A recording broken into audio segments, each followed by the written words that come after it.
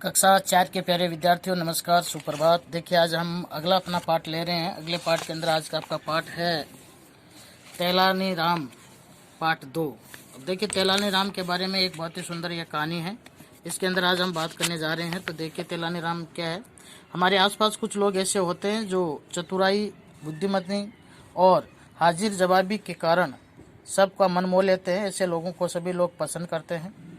आप भी ऐसे किसी व्यक्ति की बुद्धिमत्ता और हाजिर जवाब के बारे में बता सकते हैं। आपके परिवार में, आसपास में, मोहल्ले में ऐसे लोग आपको बहुत सारे देखने को मिल सकते हैं।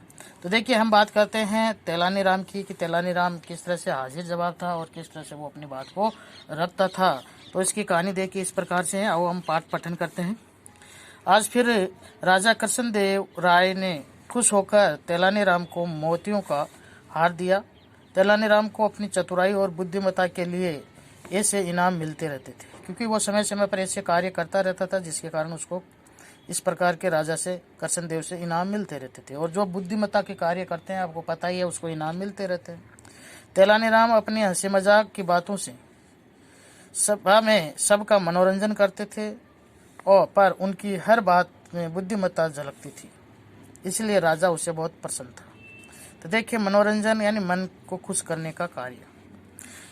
राजा तेलानी राम की किसी बात पर प्रसन्न होते तो उन्हें भारी भरकम यानी बहुत अधिक इनाम देते। कभी कभी सोना, चांदी और हीरे मोती भी उसको मिलते थे। धीरे धीरे तेलानी राम बहुत ही संपन्न हो गया, पैसे वाला हो गया था।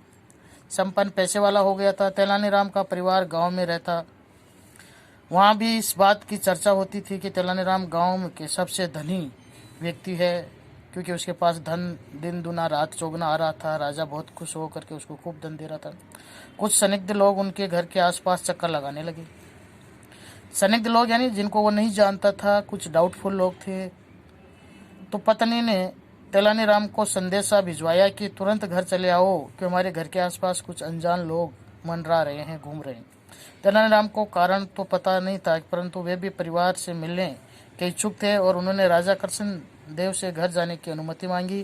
तो राजा ने उन्हें कुछ धन धान्य देकर हर्षपूर्वक विदा कर दिया, यानी प्रसन्नता के साथ उनको घर भेज दिया था। देखिए, तेलानी राम गांव पहुंचे तो पत्नी ने बताया कि कुछ लोग उनसे ईर्ष्या करते हैं, जलते हैं। गांव से बाहर के कुछ अनजान लोग भी घूमते दिखाई देते हैं। उसे डर है कि कहीं वे उनके घर चोरी करने के इरादे से तो नहीं आ रहे। पत्नी ने यह भी कहा कि वर्षा न होने से खेत सूखे पड़े हैं।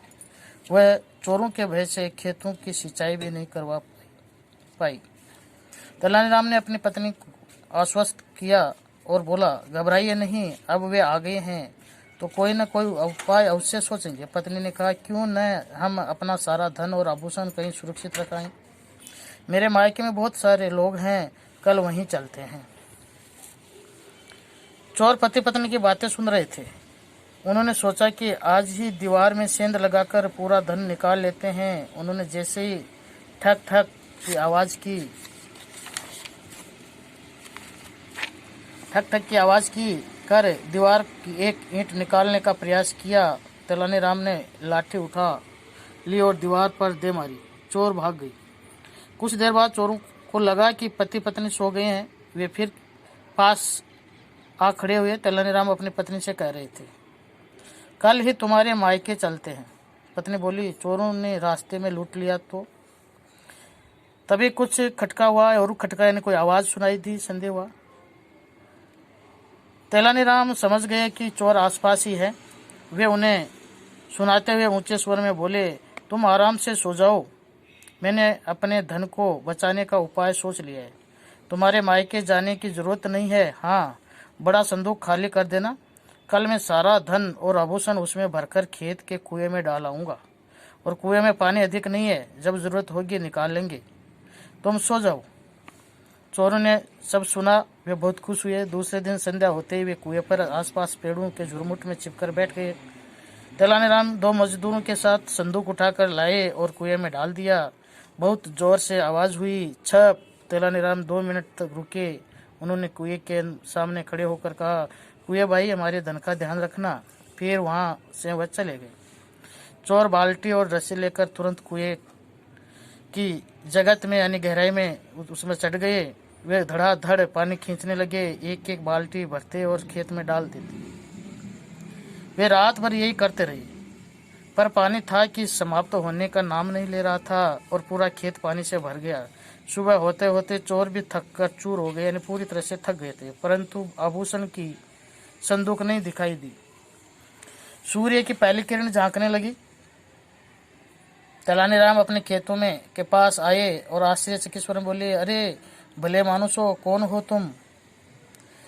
सामने तो आओ, आपने मेरा पूरा खेत सींच दिया, मेरा धन्यवाद तो लेते जाओ। उधर चोर थे कि प्राण बचाने की चिंता में सिर और पांव रखकर भागे जा रहे थे।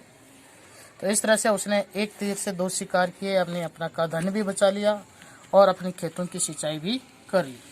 आज आपको अपनी कॉपी के अंदर इन शब्दों को लिखना है। कृष्णदेव राय, चतुराई, बुद्धिमानी, हंसी, संपन्न, इच्छुक, हर्षपूर्वक, ईर्ष्या, चक्र, आश्वासन, आभूषण, सुरक्षित, मायके, झुरमुट और कुएं। इन सब शब्दों को आप अपनी कॉपी में लिखेंगे। फिर देखिए इसके साथ ही ओह ऐसा क्या हुआ, इसमें भी देखिए कुआं एक ऐसी संरचना होती है जिसे जमीन खोद कर बनाया जाता है। बाल्टी या किसी बर्तन से पानी निकाला जाता है। कहीं कहीं गाँव में आज भी इनका उपयोग होता है। खेतों के अंदर जब नल नहीं थे तब जल इसी से होता था, तब कुएं से ही पीने के लिए पानी इकट्ठा किया जाता था। आपको यह जानकारी हैरानी होगी कि इंग्लैंड में एक ऐसा कुआं है जिसमें कुछ भी गिरता है तो वह पत्थर का बन जाता है और यहाँ के लोग इसे दैत्य का कुआं मानते हैं। आज के वीडियो में इतना ही। अगले वीडियो में हम प्रश्न उत्तरों के बारे में बात करेंगे। तब तक के लिए नमस्कार।